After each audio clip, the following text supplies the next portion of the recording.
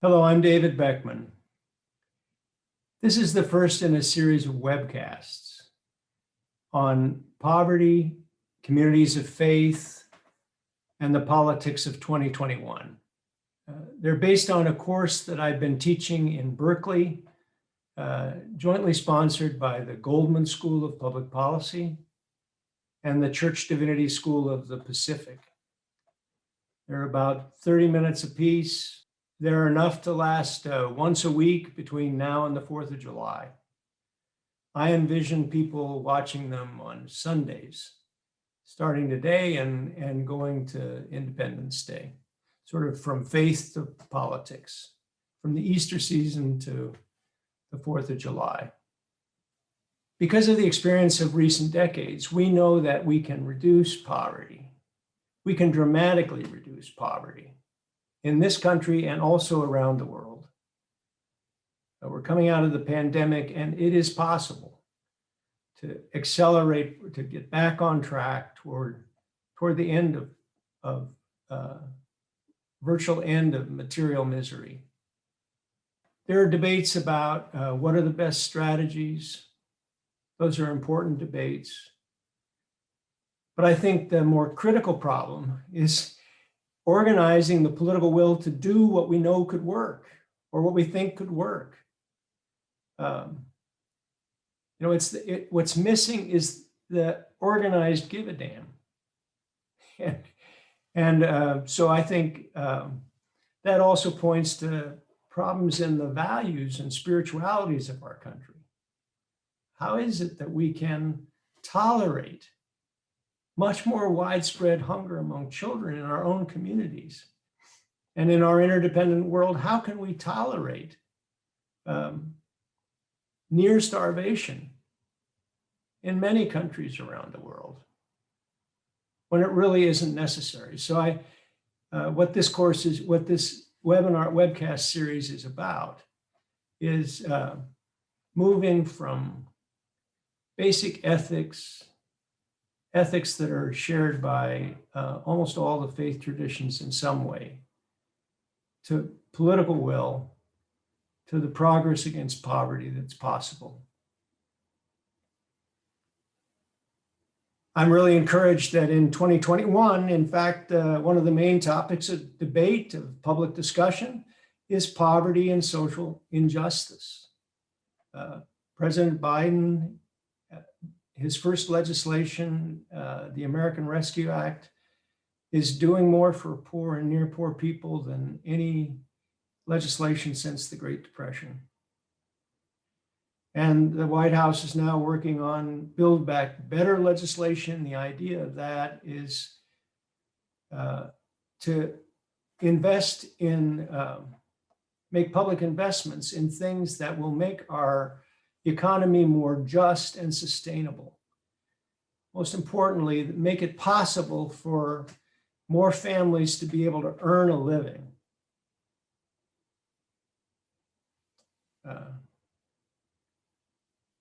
I'm disappointed that so far the Republicans in Congress are voting as a bloc against everything Biden. What I'd like to see is that the two parties would work together, with the minority party offering to vote for the bill in the end if they get their way on some issues. I think you get better legislation that way, but that's not what's happening. Instead, it's voting as a bloc to make this president unsuccessful.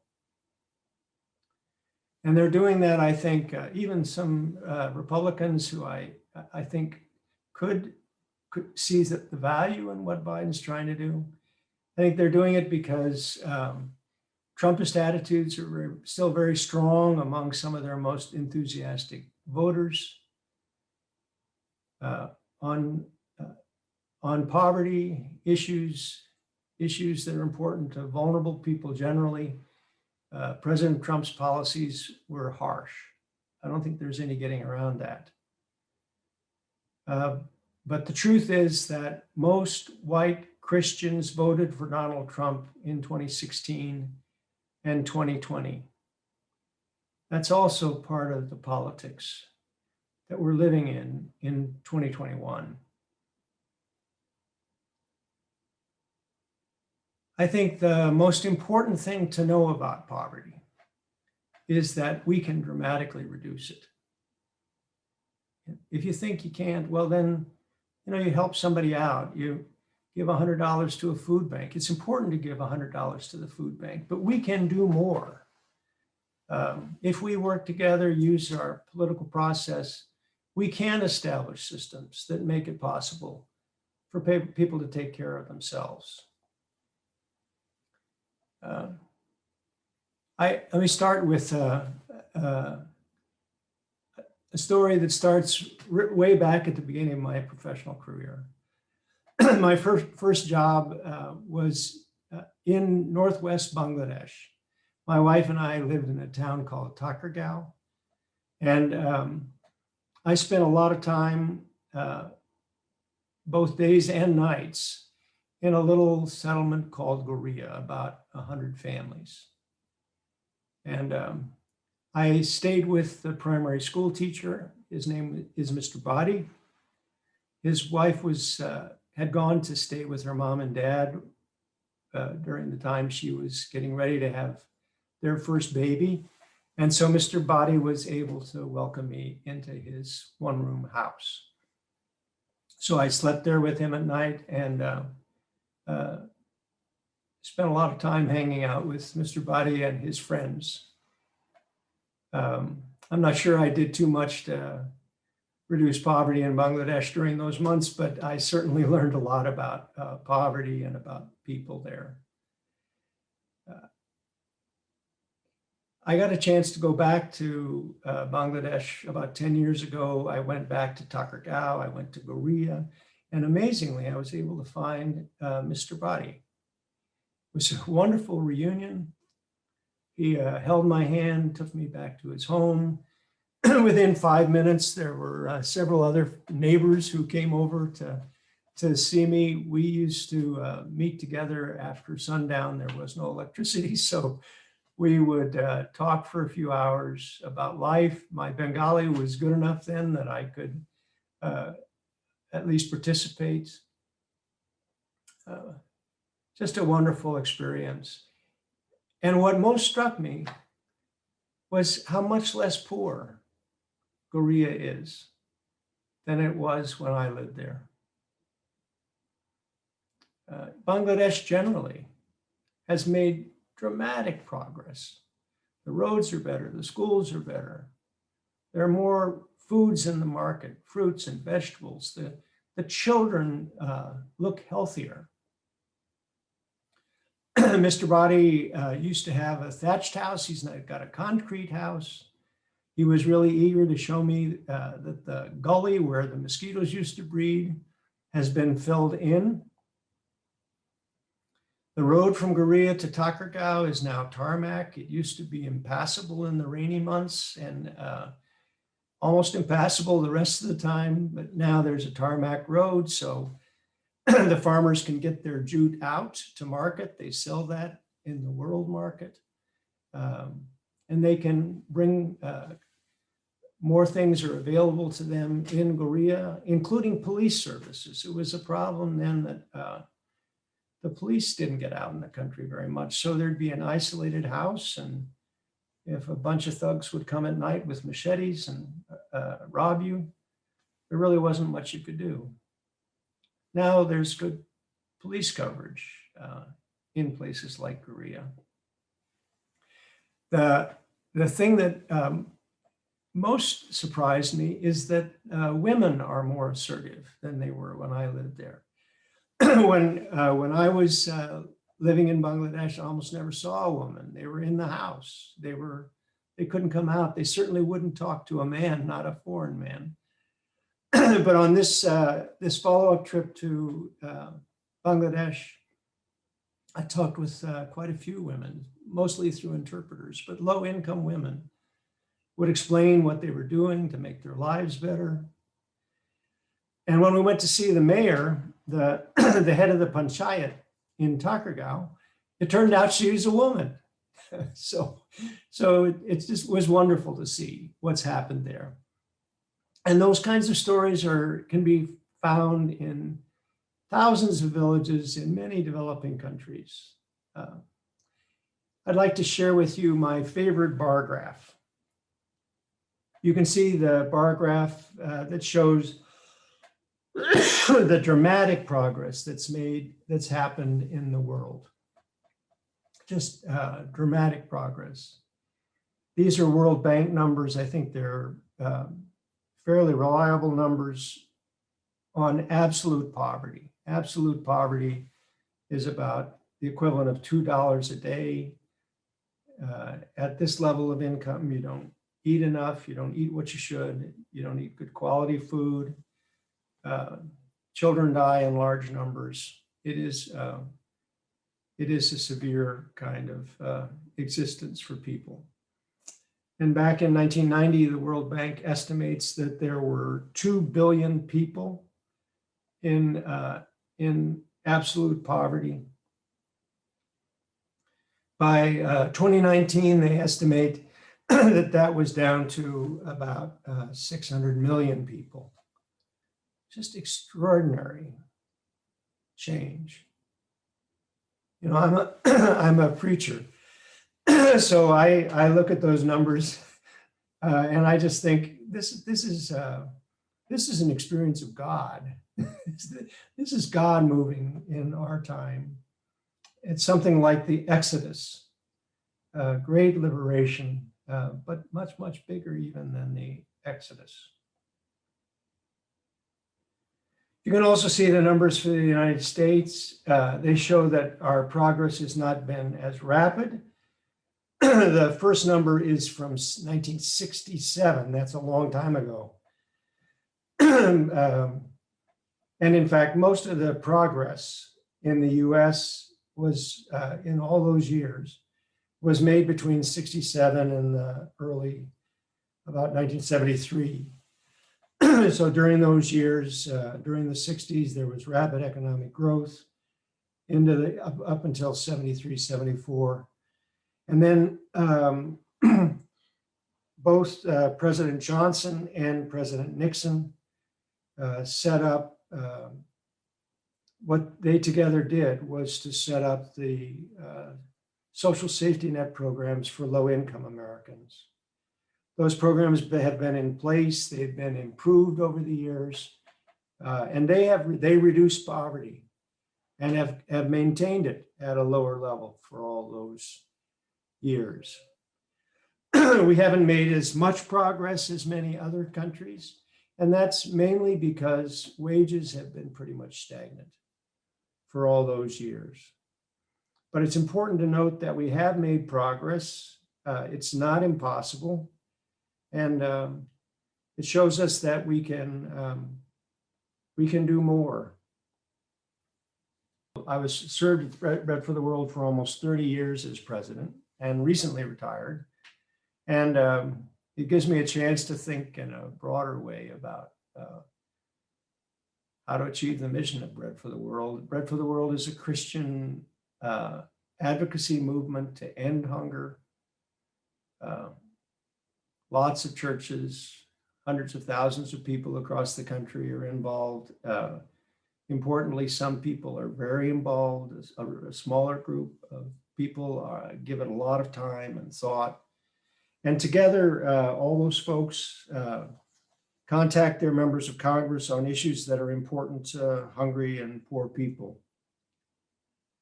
On the global issues,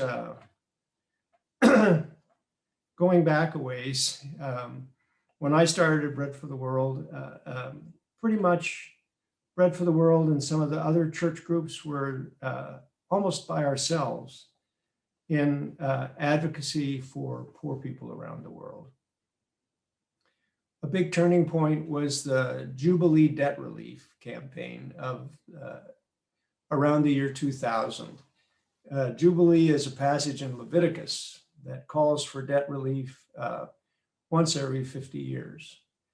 And so there was a scattering of Christian people of all stripes around the world who wanted a Jubilee for low-income developing countries.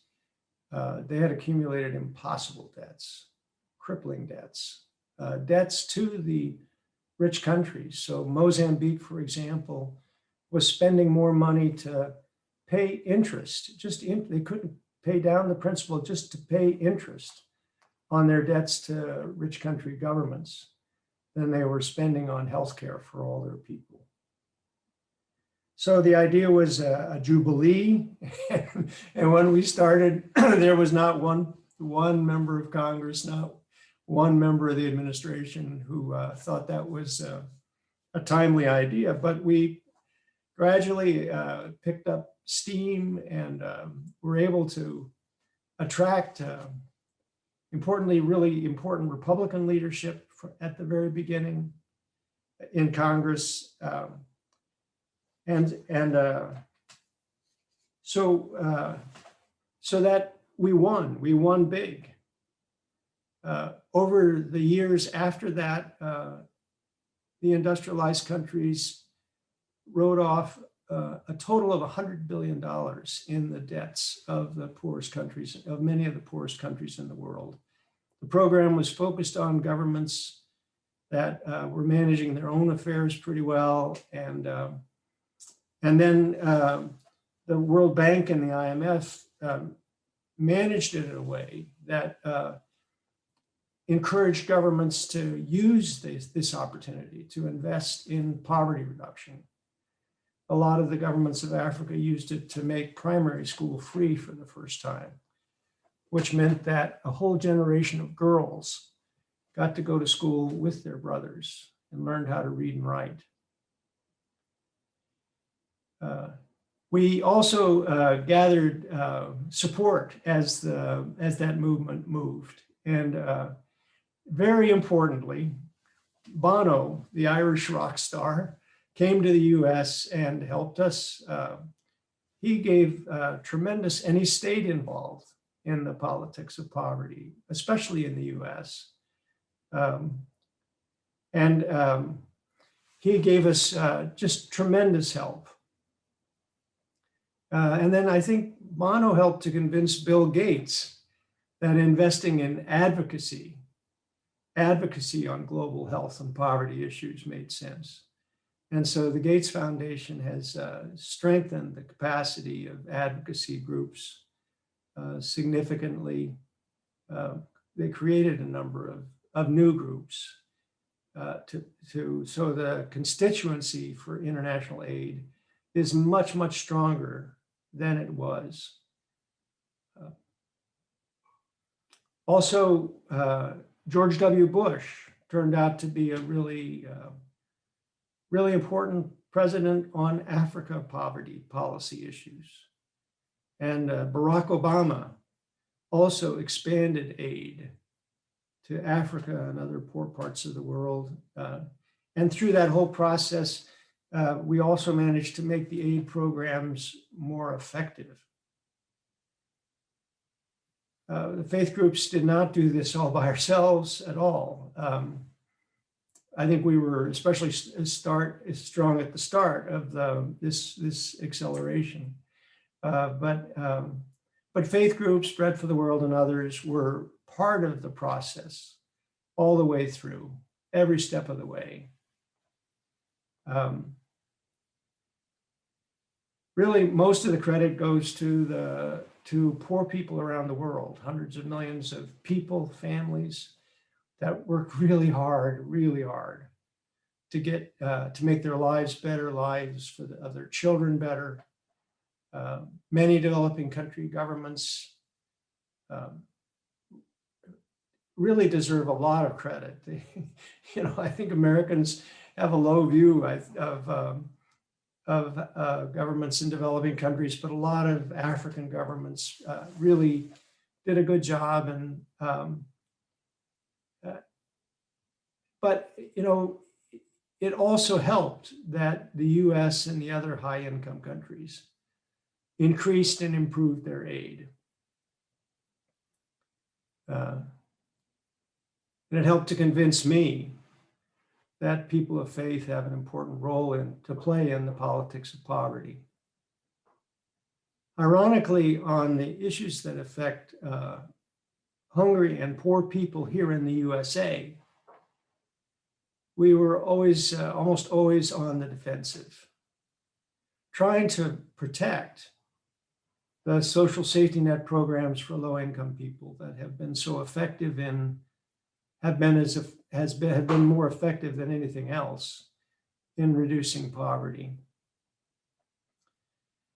In 2010,